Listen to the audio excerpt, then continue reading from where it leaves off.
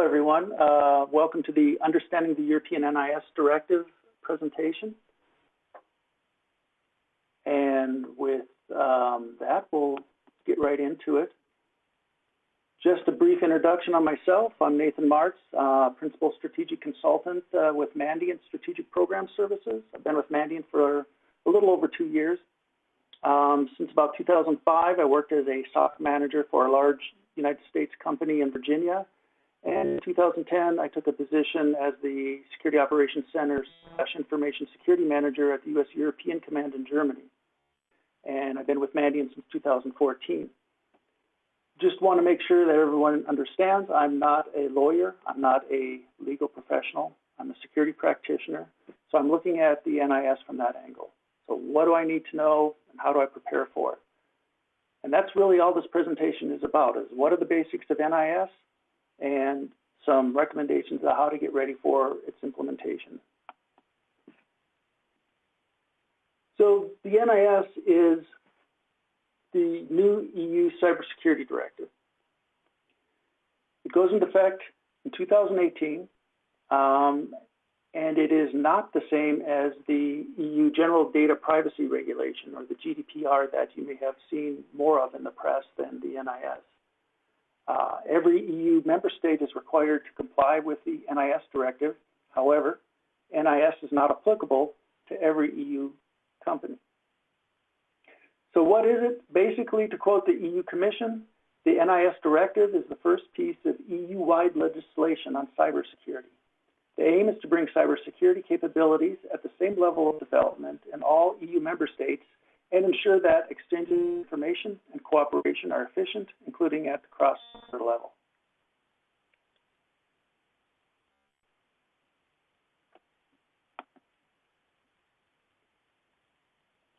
So NIS, what is it? Well, it applies to, quote, essential services.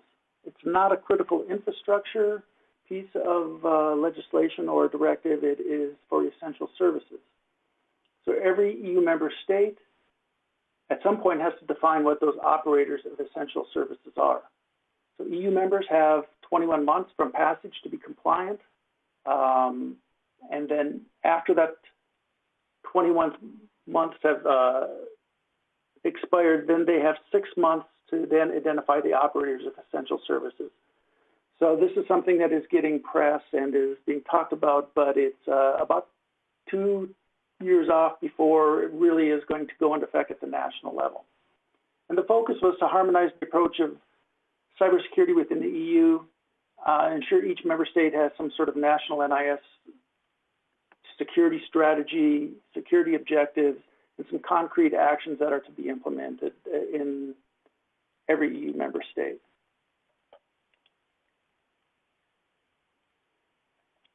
So the NIS requirements, member states have to appoint a sector-specific competent authority.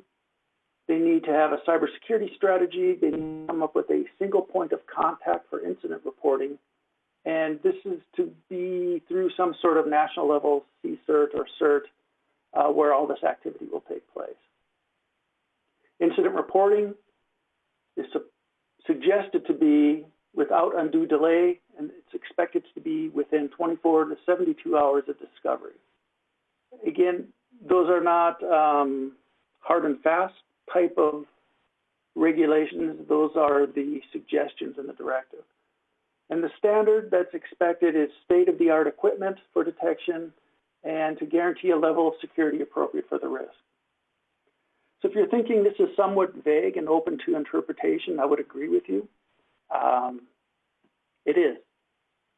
But again, each EU member state is going to be required to implement this through their own national legislation.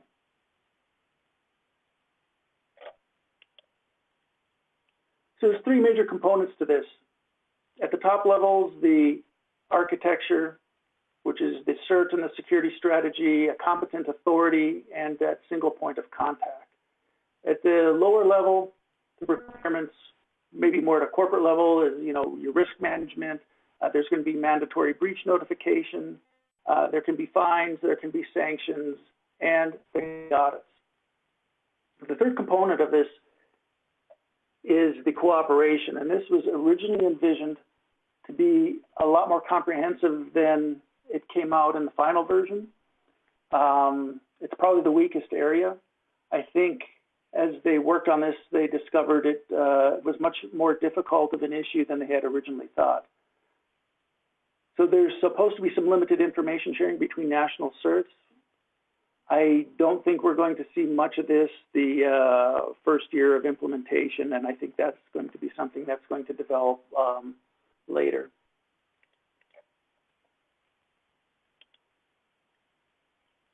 So the essential services criteria. This is how the directive defines essential services. So the entity provides a service which is essential for the maintenance of critical societal economic activities. The provision of that service depends on network and information systems, and a security incident would have significant disruptive effects on the provision of the essential service. So if you look at those, again, it still seems a little bit vague, but they did define the sectors where they envision this being applicable to.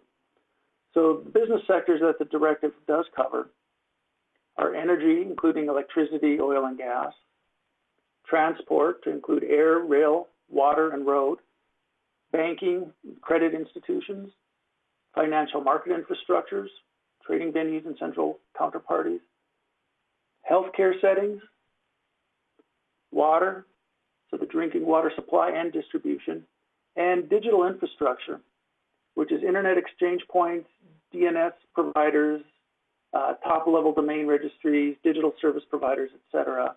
I'll talk a little bit more about this last area a little bit farther along in the presentation. So you see, there's really no surprises here, but again, this is what the directive calls out for. However, the national legislation, each country will decide exactly how this is going to be implemented and exactly who this is going to include.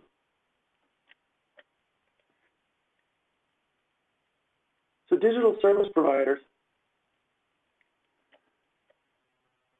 important digital businesses that the directive calls digital service providers are going to be required to take appropriate security measures to notify the competent authority of substantial incidents. And again, substantial incidents are not really identified. There is some vague criteria that I'll speak about, but it's not real helpful to what we're looking at in 2018. Each member state will hopefully define this further, or they may decide not to and push it back to the EU Commission to bring more fidelity to this area. But basically, the security measures cover at least these three items: preventing risk, or maybe that should be reducing risk; ensuring security of network and information systems. So measures should ensure a level of security of network and information systems appropriate to the risks, and then handling incidents. So measures should prevent and minimize the impact of incidents on the IT systems used to provide services.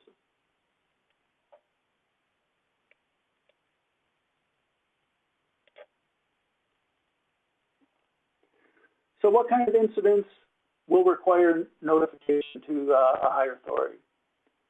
Well, the directive does not define what a significant incident is. It just gives three parameters that have to be taken into consideration. So those are the number of users affected by the disruption of the essential service, the duration of the incident, and the geographic spread of the affected area. Again, if you think those are somewhat vague and not very concrete, I would agree with you. I think there's going to be a multitude of interpretations in each country, and I think it's going to be quite a problem to make any sort of penalties or fines stick based on what we see here from NIS. So digital service providers covered by the directive, those are specifically called out as online marketplaces, cloud computing services, and search engines.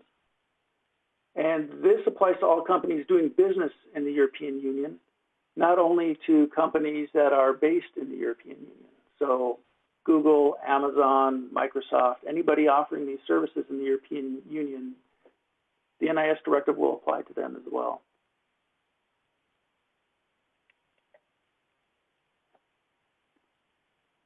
So penalties.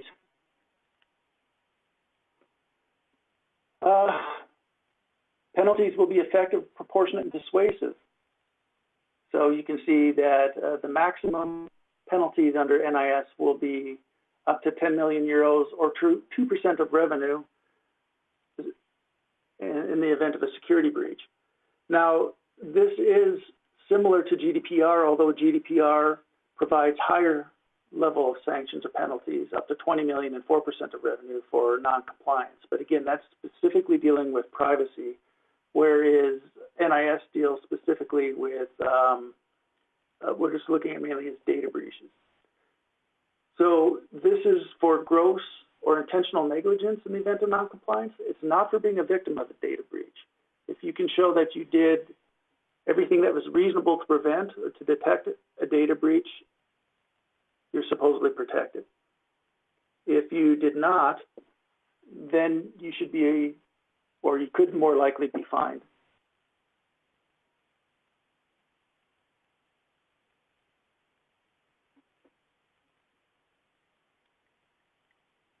So what can you do for your organization before the NIS goes into effect?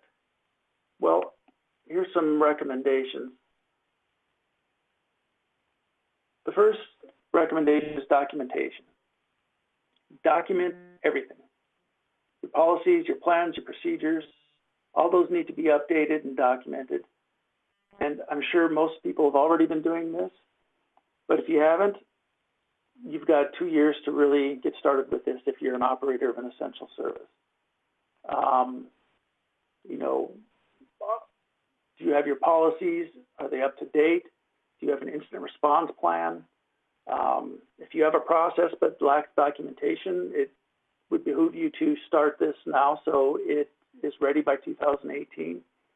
One of the new things that you may have to include in a policy and procedure is who is required to actually authorize a breach notification to the competent authority, and where's that documented? So usually with our customers, we see that in a communications plan or communications matrix, also referenced in an incident response plan, sometimes in down to playbooks if you have a 24/7 SOC cert that is monitoring and responding to incidents on your network. Visibility is going to be very important also. You have to see it in order to monitor it. So visibility means, do your network defense systems cover all of your subnets and all of your geographic locations? One example I've seen at several European corporations, they don't monitor the SAP network because of concerns that it might interfere with the business that is being conducted by the SAP network. So that's an area that does not get a lot of attention. But if you would be breached through an SAP system subnet and you don't monitor it, that obviously, to some people, say you were negligent. Do you have endpoint protection? If you do have endpoint protection, do you have it throughout your entire organization? So basically, can you show all of your endpoints are protected, or can you show where your endpoints are protected? Do you have some sort of reasonable measure to protect those systems that are not covered by endpoint protection? Do you perform vulnerability scans on a regular basis? In other words, can you easily identify all of your vulnerable systems, ensure that the patches that you've applied were applied effectively? Some of our people I've spoken to do an annual vulnerability scan, which makes it very difficult to be able to tell exactly where your vulnerabilities are and how well your systems are patched. And another area of preparation is in response. So response actions are very important, particularly when you have a breach notification requirement, and you need to be able to explain what happened and what has been done. So having a good incident response plan that lets your incident responders know who to notify and when, both from an internal and an external perspective. Who in your organization decides when the notification is necessary? And are you really staffed to deal with a breach? Do you need to bring other resources to bear when you have a serious incident? Those resources could be internal, maybe bringing IT folks over to help the security team in the event of a critical incident. It could also be somebody you have on retainer to provide specialized support, say with malware reversing, forensic support, et cetera. And finally, does your organization really understand the potential business impact of a breach? Do you know where the crown jewels of your organization are and how well they're defended? Do you know the risk? Have you measured that risk? Is it documented?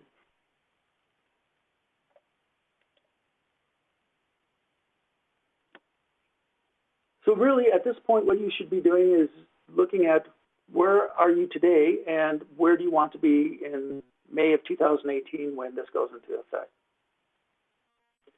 Well, a good way to where you are today is to assess yourself, find those gaps between where you are today and where you want to be, and then start working on fixing them. And I would offer the NIS Cybersecurity Framework as one possible measurement of way to assess yourself. It really doesn't matter what framework you use, as long as you have some sort of a standard that you can base an incident response plan on and base an assessment on, something that you can point to if you're ever audited. Well, we audit ourselves against the NIS Cybersecurity Framework. The NIS Cybersecurity Framework has 5 functional categories that has 22 subcategories in the identify, protect, detect, response, and recover areas. It's generally thought of as a decent generic standard. It's not as in-depth as some people would like, but it has more meat than a simple compliance type of assessment. And if you do this assessment, I would also recommend that you exercise your incident response plan too. An incident response plan is something like a business continuity plan. You really don't know how well it works or if it works until you exercise it. So you can do a number of different things. You can try a tabletop exercise that basically you put stakeholders around a table and you walk through an incident to see if everybody understands who's to be notified, where the communication paths lie, and if your communication matrix is really correct. You can do your own incident response exercise also, where you can be a little more in-depth and bring more technical people in to make sure that the workflow goes the way that everybody envisions it should go, so that everybody really understands how an exercise would work. You can use a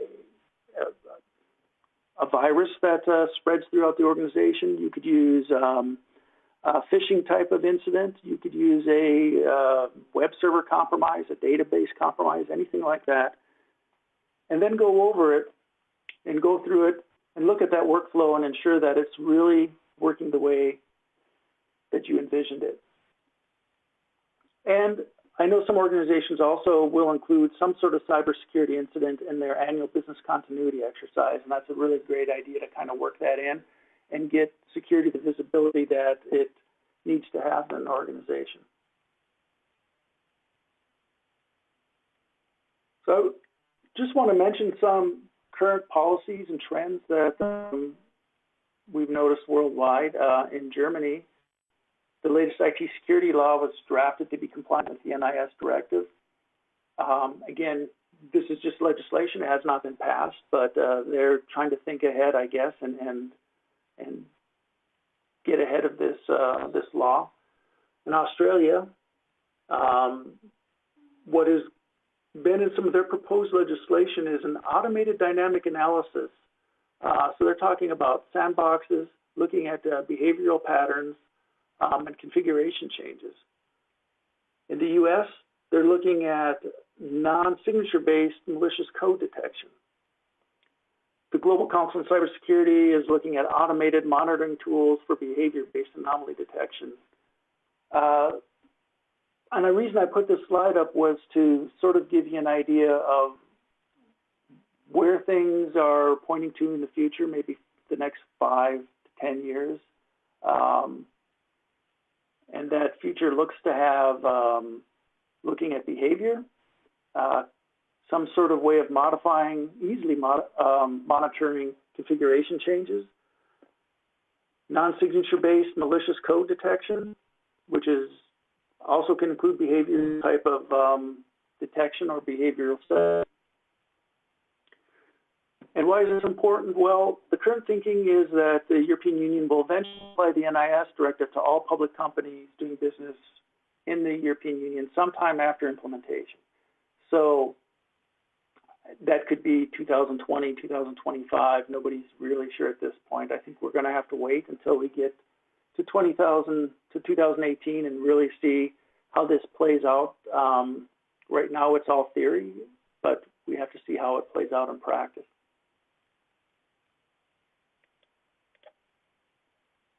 So what are the dates and milestones? Well, the most important one is the bolded one there, May 2018. That's when the NIS is supposed to be transposed into some sort of national law for each EU member state. Now, there's a few other things that happen on the way. Most of those are cooperation and getting some of these work groups stood up. 6 months after that transposition date, so around November, member states are supposed to have been done identifying operators of essential services. So if you think back to the slide with those business sectors that were specifically called out, health, finance, water, energy, transport, those should be included. There may be countries that decide to include more if they have a specific area that they think is an essential service to their country, but those essential service operators will include that and could include possibly more depending on the country. I guess the kind of interesting thing about this NIS directive from one aspect is that although there's this common NIS directive, national legislation may change how that is implemented in each country. So we may not have as a cohesive directive at the end of this as envisioned going into it.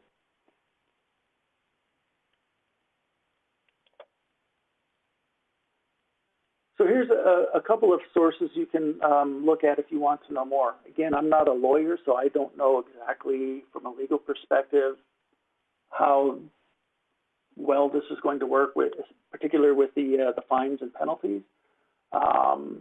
There's some thoughts on that. Fortune magazine, one of our lawyers from FireEye took a look at it. There's also, you can look at the regular EU Commission memo and information for more information as well. And with that, I have finished my presentation. Do I have any questions?